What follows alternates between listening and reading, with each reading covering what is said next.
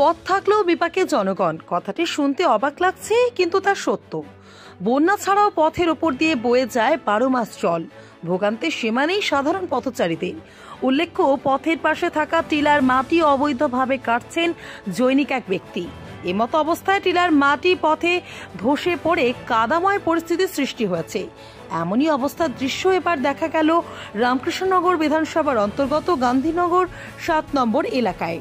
সড়ক নির্মাণ ও এই সমস্যার সমাধানে কোনো হেলদোল নেই বিভাগীয় কর্তৃপক্ষের। গান্ধীনগর 7 নম্বর ওয়ার্ড এলাকায় একমাত্র সড়কের এই অবস্থা। সড়কের ওপর দিয়ে 12 মাস বয়ে চলেছে টিলার জল, ফলে ধীরে ধীরে ভেঙে যাচ্ছে এই এলাকার সড়কটি। এদিকে সড়কের পাশে থাকা টিলার মাটি কাটছেন জৈনিক এক ব্যক্তি। এই মাটি কাটার ফলে ধসে পড়েছে টিলার মাটি। এতে সড়কের অবস্থা আরও বেহাল হয়ে পড়েছে।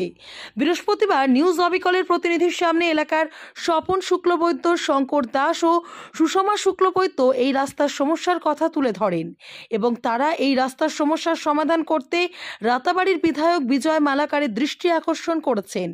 এদিন রাস্তার সমস্যার কথা তুলে ধরতে উপস্থিত ছিলেন বিশাল পাল, দীপাল দাস, সঞ্জিত শুক্লবৈদ্য, হারান মালাকার, সুমন মালাকার, গোপাল মালাকার, সমীর মালাকার, বিধান দেব ও অন্যান্যরা।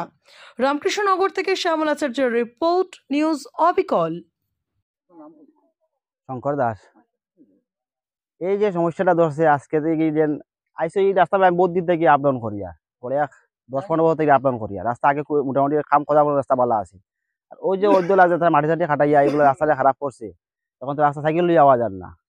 এরপরে এইদিকে রাস্তার মানুষের যে ডাইন বা মানুষের যেগুলো আছে এগুলো যে বাড়িয়া যাইতো কিরকম যাইতে পারে, স্কুল ছাত্রগুলো তো যাইতে পারেন না। হ্যাঁ, এরপরে রাস্তা যে একটা যে গ্রাম ডেলিভারি কেস থাকে, এই যে গাড়িগুলো ঢুকতো এগুলো ক্লিয়ার ঢুকতো, এই যে রাস্তার অবস্থা করছেন মাটি খাটিয়া। এখন রাস্তা যে ডেলিভারি একটা কেস থাকে থেকে বইয়া নেওয়া লাগবো, হাই স্কুলে নেওয়া লাগবো না বইয়া। এই যে রাস্তার যে কন্ডিশন হয়েছে কিছুদিন আগে বাক্কা মোটার বোর্ড বলা আছে, চলা গেছে। এটা তো যে জেসিবি যে মাটি দিয়ে খাটাইয়া যেমন রাস্তার অবস্থা যে এই অবস্থা করছে, এটা তো মন্দির যে মেম্বার যে আগে যে আসিল সেই মেম্বারে করছে এটা। আমরা চাই আর এখন এই যে রাস্তা যে কন্ডিশনটা যে করছে, এখন দীর্ঘজীবী এখন যদি তোমার এমএলএ সাহেব যদি এখন যে রাস্তাটা যে এই সমস্যা দেখিয়া যে ওরা যে প্রশাসন ইয়ে করে দেন যদি সেটা ঠিক হইতো আর কি। ওটাও আর করার কিছু নাই, আমরা করার কিছু নাই, যেটা আছে আমরা তার সমস্যা তো দেখরা আপনারা কিটা দেখা